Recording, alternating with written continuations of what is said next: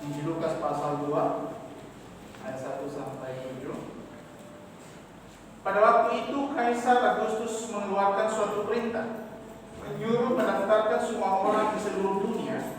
Inilah pendaftaran yang pertama kali diadakan sewaktu Quirinius menjadi wali negeri di Syria. Maka pergilah semua orang mendaftarkan diri masing-masing di kotanya sendiri.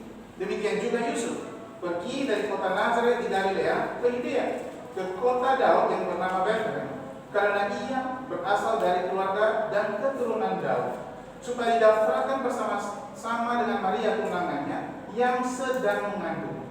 Ketika mereka di situ, tibalah waktunya bagi Maria untuk bersalin, dan ia melahirkan seorang anak laki-laki, anaknya yang sulung, lalu dibungkusnya dengan lampin dan dibaringkannya di dalam palungan, karena tidak ada tempat bagi mereka di rumah penginapan. Mari kita membaca ayat 7 bersama-sama. 1, 2, mulai. Dan ia melahirkan seorang anak laki-laki, anaknya yang sulung, lalu dibungkusnya dengan lampin dan dibaringkannya di dalam palungan, karena tidak ada tempat bagi mereka di rumah penginapan. Kita berdoa. Bapa di surga, tiba saatnya kami merenungkan firman-Mu dari nas yang baru saya sedang baca. Kiranya itu menjadi kekuatan kami untuk semakin mengenal Engkau dan kehendak buat kami masing-masing, Tuhan.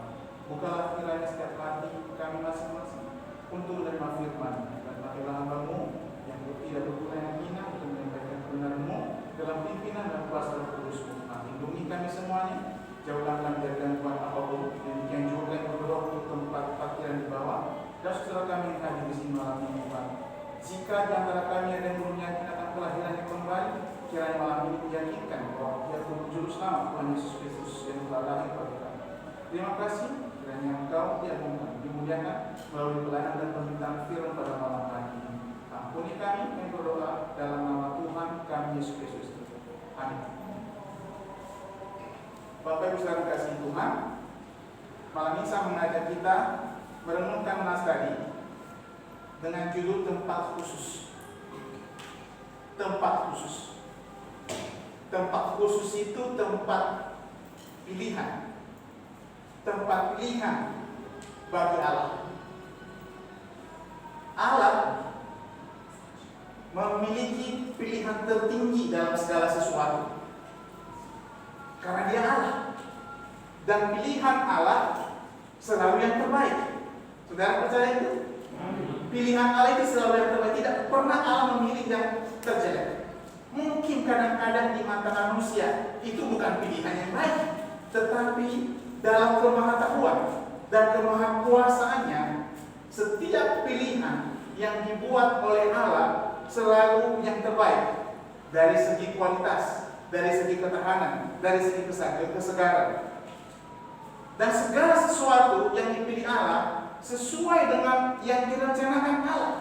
Dalam sejarah di Alkitab kita bisa melihat beberapa banyak pilihan. Dalam penciptaan misalnya, Allah memilih untuk menciptakan. Pada mulanya Allah menciptakan langit dan bumi. Kejadian 1 ayat 1. Dalam kasih, Yohanes pasal 3 ayat 16, Allah memilih untuk mengasihi dunia ini karena begitu besar kasih Allah akan dunia ini, sehingga Dia telah mengaruniakan anaknya yang tunggal. Itulah yang orang ingat setiap hari Natal di bulan Desember. Alkitab, Allah memilih untuk menuliskan firman-Nya yang bernama kitab suci atau Alkitab melalui hamba-hambanya. Dikatakan segala tulisan diilhamkan Allah, segala tulisan, bukan kertasnya, bukan kualitas kulitnya, tetapi tulisannya Allah ilhamkan supaya manusia mengenal hati Allah, kehendak Allah, semua pilihan Allah. Bagaimana dengan jemaat? Tuhan Yesus berkata, dan engkau adalah Petrus, dan di atas batu karang ini aku akan mendirikan apa? Jemaatku. Allah memilih mendirikan jemaatnya. Itu semua pilihan Allah. Dalam Matius pasal 16 ayat 18. Dalam khotbah dan pemberitaan Injil, dalam 1 Korintus pasal 1 ayat 21, Allah berkenan menyelamatkan mereka yang percaya oleh pemberitaan Injil. Itu juga pilihan Allah. Kalau Allah tidak memilih kalau Allah tidak berkenan dan tidak memilih untuk beritakan Injil kepada kita yang ada di sini, akankah kita bertemu di sini? Tidak mungkin. Tidak mungkin. Ya, perkawinan. Allah juga memilih justru lembaga pertama yang paling utama yang Allah dirikan di muka bumi adalah lembaga keluarga atau rumah tangga. Ya, Allah berkata dalam firman-Nya, demikianlah laki-laki dan perempuan meninggalkan ayah dan ibunya dan mereka bersatu sehingga keduanya menjadi satu daging. Itu di Kejadian pasal 2 ayat 24. Sekarang kita melihat kelahiran anaknya. Allah juga memilih. Mari melihat Galatia pasal 4. Galatia pasal 4 ayat 4 dan 5. Firman Tuhan berkata, saya akan baca bagi saudara. Tetapi setelah benar waktunya, waktu ini adalah schedule Allah, waktu ini adalah rencana Allah, dan Allah memilih waktu sesuai dengan yang terbaik yang Allah pilih. Galatia 4. Tetapi setelah benar waktunya, maka Allah mengutus anaknya yang lahir dari seorang perempuan dan takluk kepada hukum Taurat. Ia diutus untuk menebus mereka. Ia diutus untuk menebus, jelas tujuannya. Untuk menebus mereka, katanya, yang takluk kepada hukum Taurat, supaya kita diterima menjadi anak. Yohanes 1 ayat 12. Tapi semua orang yang menerima diberikan kuasa supaya menjadi anak Allah, itu mereka yang percaya dalam namanya. Allah memilih. Kemudian bagaimana dengan tempat? Bagaimana dengan tempat?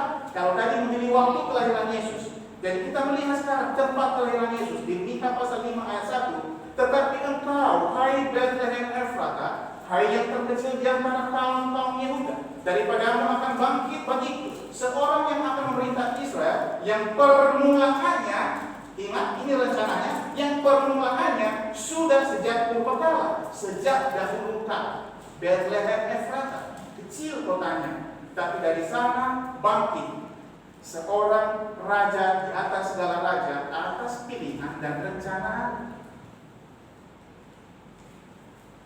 Sebelum kita masuk ke poin-poinnya, bahkan tempat ini pun, bolehkah kita katakan Allah memilih di tengah kampung ini? Amin. Supaya menjadi terang di antara kampung. Puji Tuhan, ya, puji Tuhan. Malam ini saya mengajak kita 3 poin penting saja berdasarkan dengan tempat khusus ini. Yang pertama adalah tempat alternatif. Tempat alternatif itu tempat yang tidak masuk akal. Tempat yang tidak masuk akal. Mengapa saya katakan itu? Tadi saya ingat menulis ini, saya ingat Ibu Cherry, saya ingat istri saya sedang mengandung. Ayo kita berencana gimana mencari tabungan nanti untuk melahirkan anak. Tidak mungkin. Ya, orang berlomba-lomba semiskin-miskinnya akan mencari tempat yang layak bagi seorang ibu untuk melahirkan bayinya. Tetapi ini tempat yang tidak masuk akal.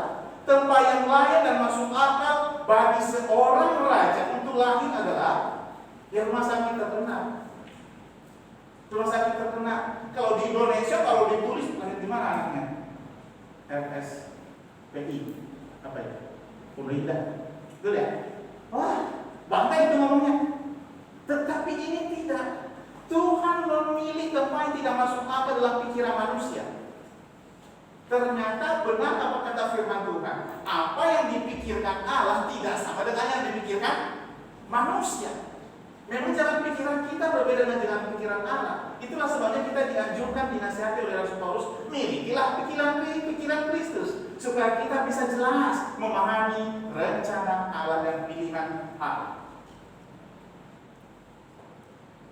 Bethlehem memang kecil, tetapi tidak ada penginapan di sana. Kalau tadi di nas kita dikatakan karena tidak ada penginapan bagi mereka. Mengapa tidak ada penginapan? Waktu itu oleh karena ada acara sensus yang terbesar yang pertama, maka penginapan penuh. Sehingga tempat bagi Yusuf dan Maria tidak ada. Mengapa tidak ada? Yang mungkin mereka terlambat membawa ibu hamil. Sebenarnya tidak bisa travel kalau orang sedang hamil tua. Tidak diizinkan untuk berpergian. Tetapi inilah yang terjadi karena Allah punya rencana. Palungan bukanlah tempat yang logika. Palungan tempat yang layak bagi hewan. Betul? Tempat yang layak bagi hewan. Palungan adalah tempat yang sesuai memberi makan hewan, piaraan, dan menyimpan peralatan-peralatan yang perlu dengan semua hewan piaraan. Lalu mengapa Yesus ditempatkan dalam palungan? Mengapa Allah? Saya memberikan alasan di sini. palungan dapat diakses semua orang dengan mudah. Benar tidak? Dapat diakses oleh semua orang dengan mudah. Sementara penginapan hanya sesuai bagi mereka yang punya isi kantong. Ya, coba saja sekarang di antara orang-orang di sini daerah kita, aku terjemah saja. Anaknya di mana sih, Pak? Di Pondok Indah, Pak. Pondok Indah ya? Iya kan? Kalau ini kan pakai hotel namanya, penginapan ini, ya, pakai hotel. Jadi dia sudah dikasih Tuhan. Penginapan atau hotel adalah tempat sementara saja. Tempat sementara saja, nggak ada orang menginap di hotel selama 2 tahun. Ada? Tidak ada, kecuali pemiliknya ya. Itu pun belum tentu dia tinggal di situ. Bukan tempat tinggal dalam jangka waktu yang lama. Yusuf dan Maria sebenarnya masih tinggal sampai 2 tahun di daerah Bethlehem. Buktinya di dalam Injil Matius pasal 2 ayat 11 memberikan informasi kepada kita tentang datangnya para Majus yang berkunjung untuk mencari dan menyembah Tuhan Yesus serta membawa persembahan mereka. Lihat ayat 11. Maka masuklah mereka, ini ke orang-orang Majus itu, masuklah mereka ke dalam rumah itu dan melihat anak itu bersama Maria ibunya, lalu sujud menyembah dia. Mereka pun membuka tempat harta bendanya dan mempersembahkan persembahan kepadanya, yaitu emas, kemenyan, dan mur. Lihat di sini sikap orang Majus ini bukan orang yang biasa, orang berpendidikan tinggi. Orang berpendidikan tinggi yang sangat dihormati di wilayahnya, di negaranya, pergi sujud menyembah bayi. Di sana mereka berjumpa dengan Tuhan Yesus. Ya, berarti Maria dan Yusuf masih tinggal di wilayah sekitar Bethlehem sampai kepada saat di mana Tuhan menyuruh Yusuf untuk pergi meninggalkan wilayah Yerusalem, pergi ke Mesir, menyingkir ke Mesir oleh karena Herodes hendak membunuh anak itu. Para gembala tentu tidak akan diizinkan masuk jika Yesus lahir di penginapan. Mengapa? Gembala itu kesannya kotor, becek, berkeringat. Intinya bau dengan bau binatang, hewan piaraan.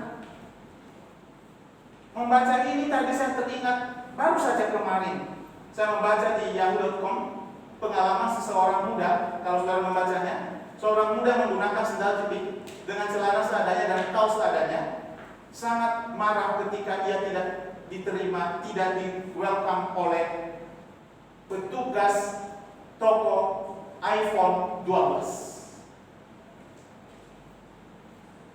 Karena itu harganya 18 juta. Bagi mereka, orang yang pakai sendal jepit, apa sanggupnya membeli barang semahal itu? Akhirnya dia curahkan isi hatinya. Janganlah melihat orang dari penampilannya. Saya sanggup beli, saya datang bukan untuk main-main, saya membeli.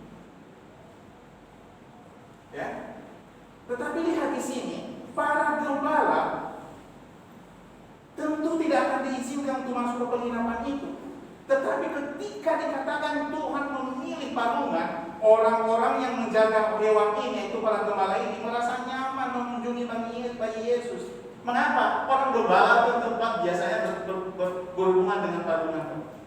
Ya kan? Berhubungan dengan palungan. Bahkan kalau kita katakan dari sisi pengalaman, gembala itu tahu jenis-jenis palungan, tahu kualitasnya, tahu cara memberi makan. Kerjanya mereka setiap hari begitu. Ya, setiap hari begitu. Para gembala tidak diberitahukan sesuatu tanda ajaib dari Allah, tapi keberadaan bayi di palungan adalah sesuatu yang tidak biasa. Namun itu adalah pilihan Allah. Tempat alternatif, di sana kita melihat karunia Allah diberikan dengan cuma-cuma. Di tempat palungan itu Allah memilih bahwa itu adalah tempat di mana karunia Allah ditunjukkan. Roma pasal 6 ayat 23 dikatakan apa? Sebab upah dosa ialah apa? Maut, tetapi karunia Allah adalah hidup yang kekal. Tuhan memakai palungan untuk menunjukkan karunia yang besar. Di sana karunia Allah dinyatakan. Karunia Allah tidak dapat dirangkai dengan kata-kata.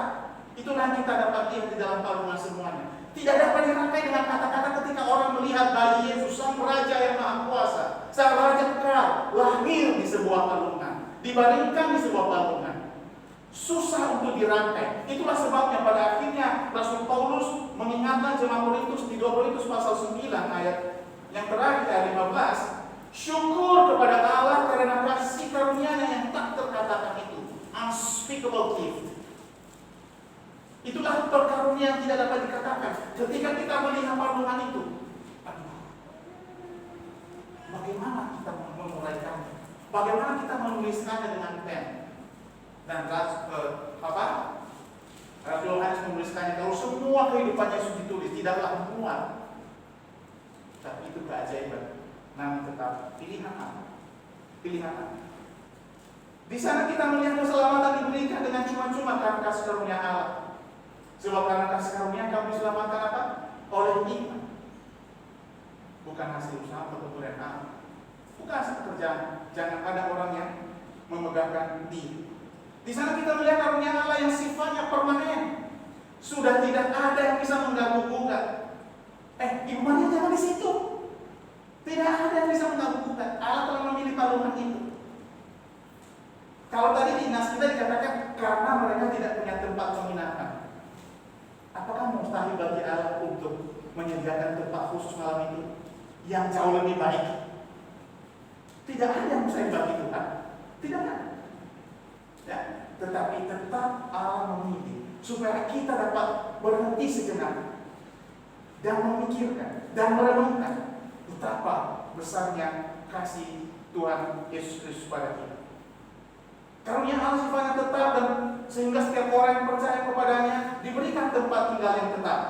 2 Korintus pasal 5 ayat 1, karena kami tahu bahwa jika kemah tempat kediaman kita di bumi ini dibongkar, Allah telah menyediakan suatu tempat kediaman di surga bagi kita, suatu tempat kediaman yang kekal yang tidak dibuat oleh tangan manusia. Palungan sudah berlalu. Tuhan Yesus sudah tidak ada di palungan lagi. Sekarang Dia ada di surga secara fisik dalam tubuh kemuliaan, tapi dalam bentuk roh ada di dalam hati setiap orang percaya. Maka jikalau orang datang ke gereja dan tanpa ada belumnya Tuhan Yesus Yerusalem secara pribadi, saudara membuka hati untuk Tuhan Yesus Kristus. Itulah tempat yang Allah inginkan, yang Allah kehendaki dari kita. Setiap orang percaya memiliki hidup kekal, hidup yang tidak akan pernah berakhir. 2 Timotius pasal 1 ayat 10, firman Tuhan berkata, saya akan mulai ayat 9. 2 Timotius pasal 1 ayat 9 dan 10. Dialah yang menyelamatkan kita dan memanggil kita dengan panggilan kudus, bukan berdasarkan perbuatan kita, melainkan berdasarkan maksud dan kasih karunia-Nya sendiri. Lihat itu, yang telah dikaruniakan kepada kita dalam Kristus Yesus sebelum permulaan zaman. Siapa Kristus Yesus? Kristus Yesus yang setiap tahun orang rayakan. Tapi saya khawatir kebanyakan kehilangan berkat dari perayaan itu sendiri, karena lebih mengarahkan pikirannya pada perayaan sementara. Dan ayat 10, yang sekarang dinyatakan oleh kedatangan Juru Selamat kita, Yesus Kristus, yang oleh Injil telah mematahkan kuasa maut dan mendatangkan hidup yang tidak dapat binasa. Lihat, luar biasa bukan?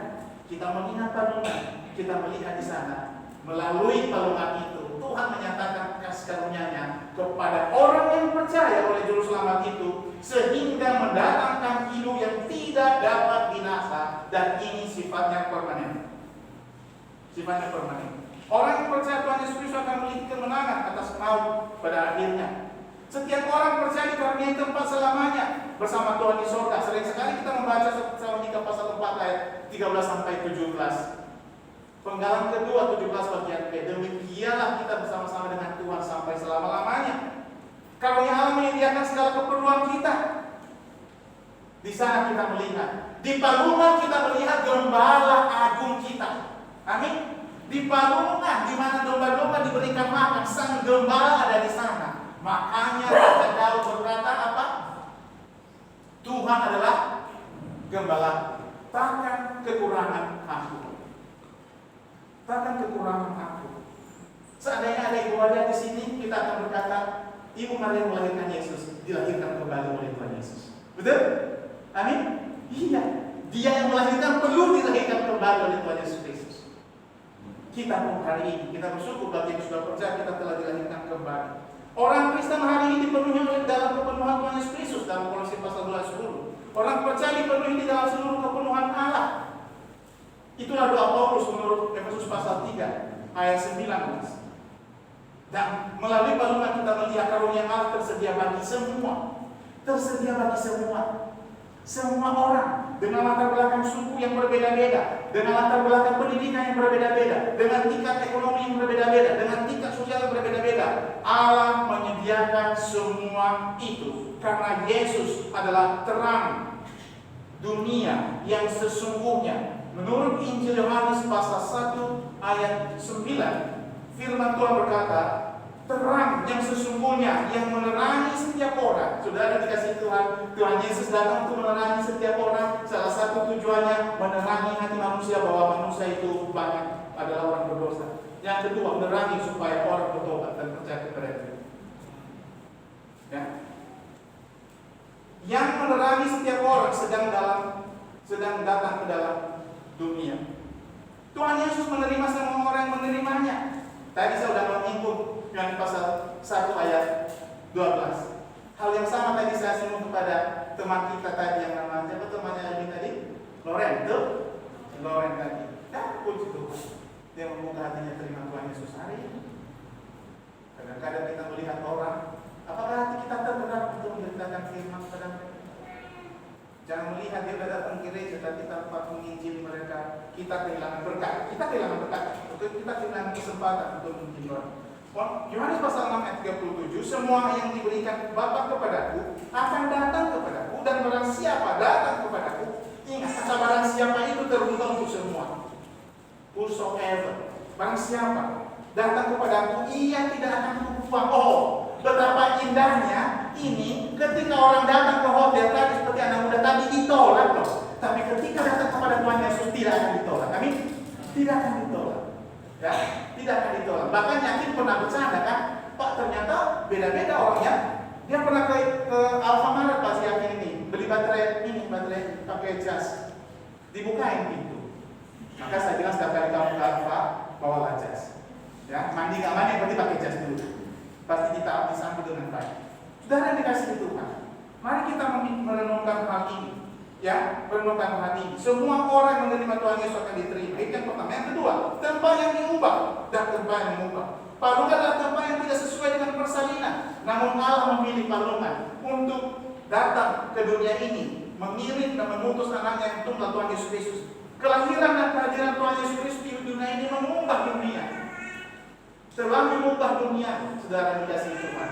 Mengubah tatanan kehidupan di dunia. Dengan hadirnya Tuhan Yesus mengubah tatanan kehidupan di dunia. Ya, seperti tadi di Yohanes pasal 8 ayat 12 tadi saya baca, saya membacanya dan dikasih Tuhan. Roma pasal 2, Yohanes pasal 8:12, maka Yesus berkata pula kepada orang banyak katanya, akulah terang dunia. Barang siapa mengikut aku, ia tidak akan berjalan dalam kegelapan, melainkan ia akan mempunyai terang hidup. Orang yang mempunyai terang hidup, terang pikirannya ada, jalan hidupnya ada, keputusannya sesuai firman Tuhan. Waktu-waktunya tidak dibuang dengan sia-sia. Setiap yang dimiliki kita tidak diboroskan, tapi untuk memuliakan Tuhan. Apakah itu uang, apakah talenta, apakah waktu, tidak akan disia-siakan begitu saja. Pengetahuan, pendidikan akan semua diarahkan untuk melayani Tuhan. Tuhan Yesus datang memberi hidup yang berkelimpahan. Yohanes 10 ayat 10 dikatakan, pencuri datang hanya untuk mencuri dan membunuh dan membinasakan. Aku datang. Di palungan dia datang supaya mereka mempunyai hidup dan mempunyainya dalam segala kelimpahan. Ini bukan kelimpahan harta benda jasmania, materi, tetapi kelimpahan harta rohani. Kelimpahan harta rohani ketika kita sungguh-sungguh melihat tempat di mana Tuhan Yesus dilahirkan. Tuhan Yesus menjadikan orang Kristen atau orang yang percaya sebagai ciptaan baru. Jadi, siapa yang ada di dalam Kristus, ia adalah ciptaan baru. Yang lama sudah berlalu, sesungguhnya yang baru sudah datang. Saudara dikasihi Tuhan, siapapun di antara kita, kalau belum menjadi ciptaan baru, ingat, di palungan Tuhan Yesus datang membawa perubahan. Dan jika saudara percaya, maka malam ini juga, hari ini juga, saudara akan dijadikan ciptaan baru. Asal membuka hati kepada Tuhan Yesus sebagai Tuhan dan Juru Selamat. Tuhan Yesus mendamaikan manusia dengan Allah ketika Ia datang. Jadi mengapa memilih tempat-tempat ini, palungan ini? Allah punya tujuan khusus. Lihat, kalau orang-orang yang masih hidup ketika mendengar Yesus lahir di palungan dan sampai Ia besar pada masa pelayanan Tuhan Yesus, dia akan ingat, oh iya, ternyata ini tujuannya.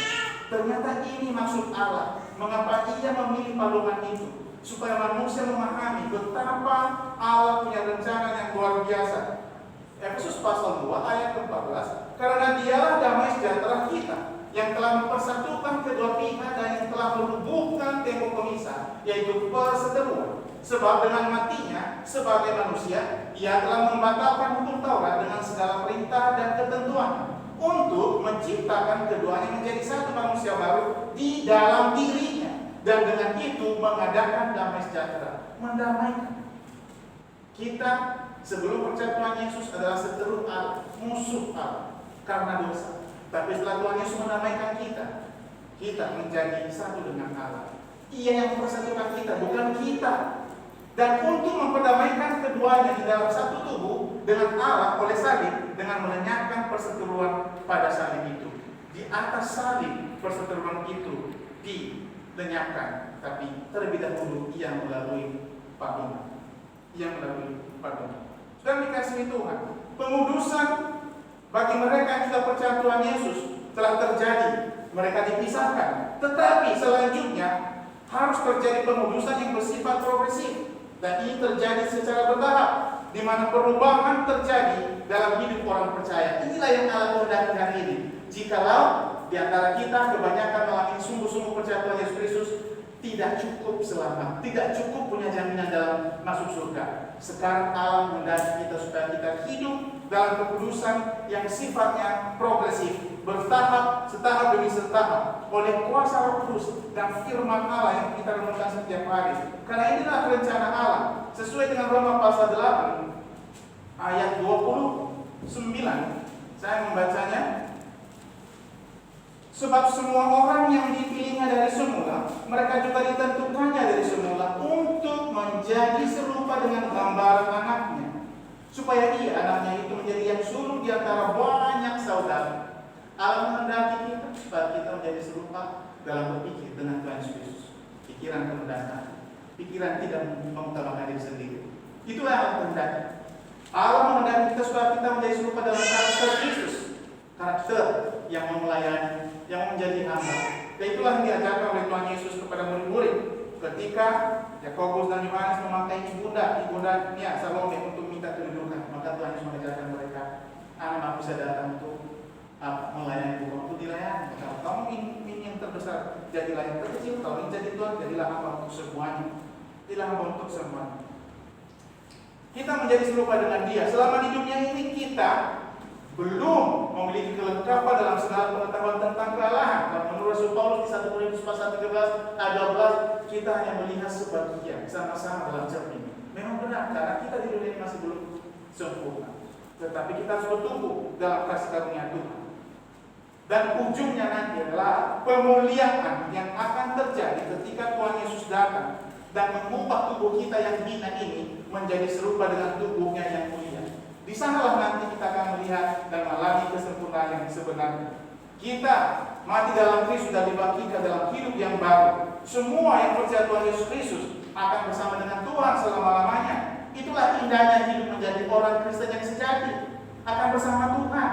Maka di dunia ini apapun yang terjadi, kita akan memandangnya dari sudut pandang ilahi. Di sorga orang Kristen akan menjadi serupa dengan Tuhan Yesus nanti. Menurut 1 Yohanes pasal 3 ayat 2. Namun di ayat 3 ada pesan, barang siapa yang menaruh pengharapan akan hal ini, menyucikan diri sama seperti Dia adalah suci.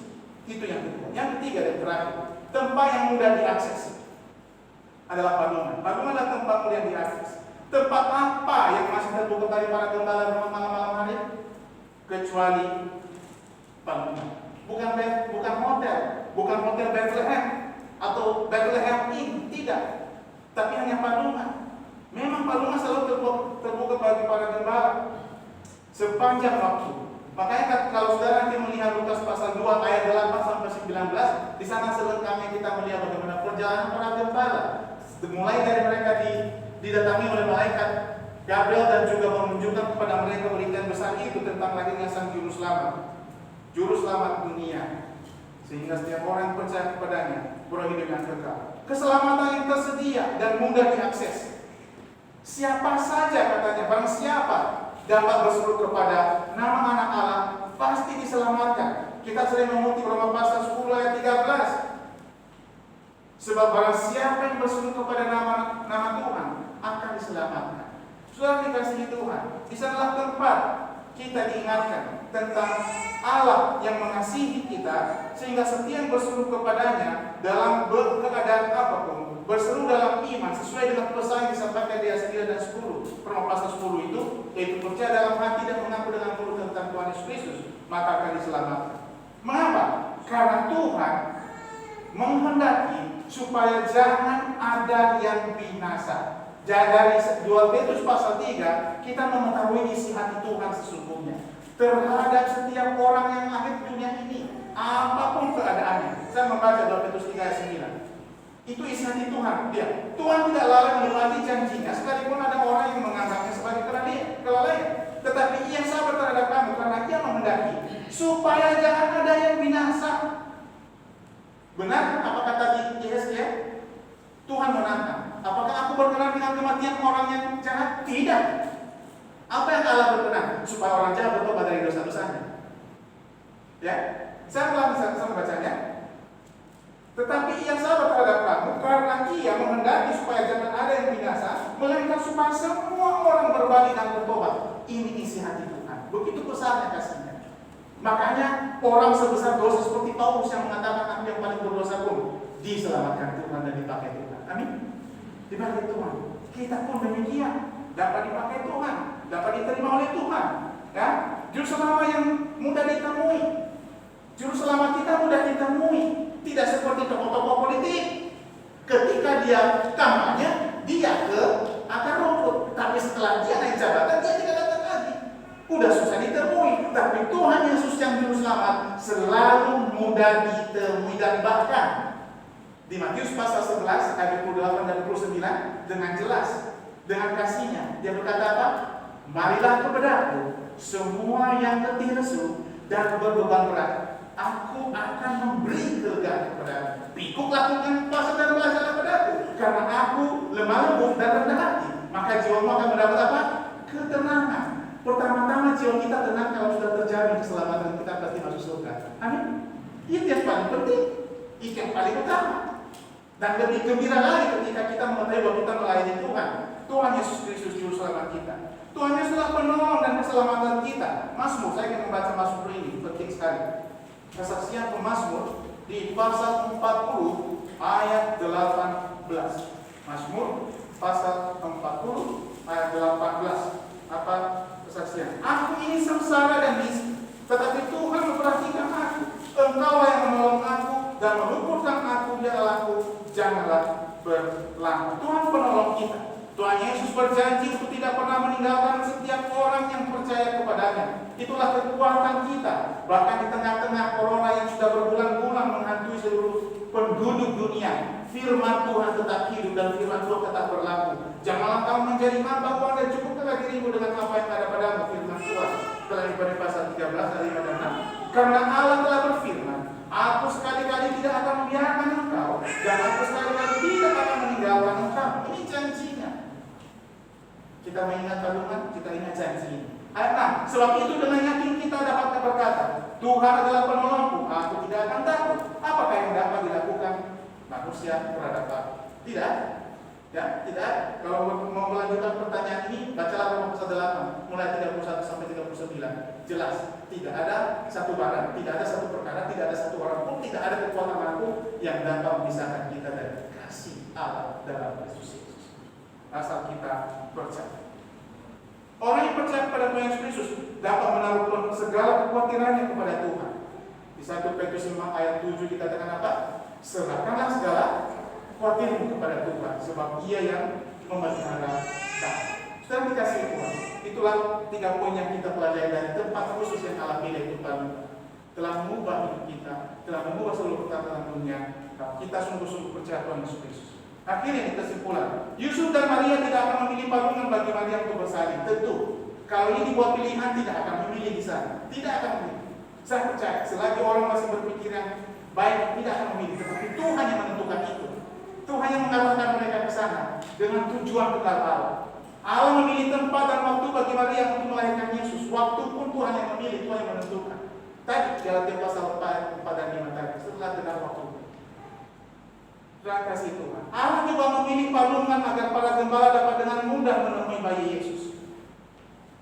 Sekarang Allah ingin memakai hati setiap orang yang belum percaya.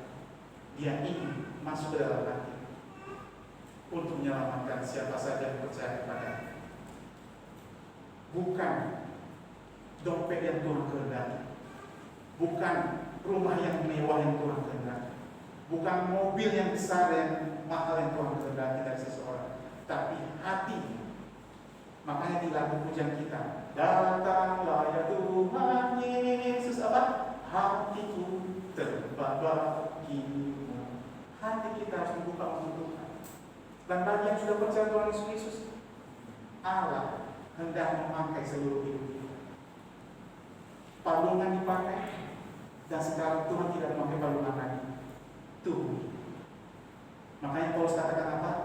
Kami mempunyai harta dalam bejana tanah. Bejana ini dipakai Tuhan karena ada harta yang terpendam dalamnya, yang Tuhan investasikan. Dan ini yang Allah kehendaki pada hari ini. Allah menghendaki agar setiap orang yang percaya kepadanya mempersembahkan tubuhnya untuk dipakai sebagai sarana. Kalau dalam 2 Timotius pasal 2 sebagai bejana yang bernilai tinggi dengan maksud yang mulia untuk pelayanan yang mulia bagi Tuhan Yesus Kristus. Pertanyaannya, maukah kita mempersembahkan tubuh kita sebagai tempat khusus bagi Allah, tempat istimewa bagi Allah dalam melayani kita? Mulai dari hati kita dan pikiran kita harus mengalami pembaharuan dan perubahan setiap hari. Jangan lagi berpikir seperti yang dahulu. Kita menyambut tahun yang baru dengan perubahan yang Tuhan kerjakan, bukan yang kita mau, tapi yang Tuhan kerjakan melalui firman-Nya. Karena Tuhan selalu ingin memakai kita bagi kemuliaan nama. Mari kita persembahkan tubuh kita supaya dipakai Tuhan. Kita berdoa. Tuhan, terima kasih dan bersyukur pada malam hari ini kami telah diingatkan dari firman Tuhan bahwa dahulu kala Tuhan Yesus oleh ketentuan yang tetap memilih palungan untuk tempat lahir dan diberikan. Dan kini Tuhan Yesus mau hati kami untuk persembahkan kepada-Nya. Dan kami yang sudah percaya Tuhan Yesus, Tuhan mau supaya kami persembahkan tubuh kami sebagai persembahan yang hidup untuk dipakai oleh Tuhan sebagai bejana biar dalam melayani Engkau Tuhan. Inilah hidup kami Tuhan, kami mau persembahkan. Kiranya kami meninggalkan semua yang lama. Jika selama ini kami memakai tubuh kami untuk hal-hal yang tidak berguna, Tuhan ampuni dan kuduskan kami. Kiranya kami mulai berbaharuan dari waktu ke waktu Tuhan, sehingga kami layak dan berkenan di hadapan Tuhan, memuliakan nama Tuhan. Kuduskanlah firman dalam hati kami masing-masing. Ampuni kepada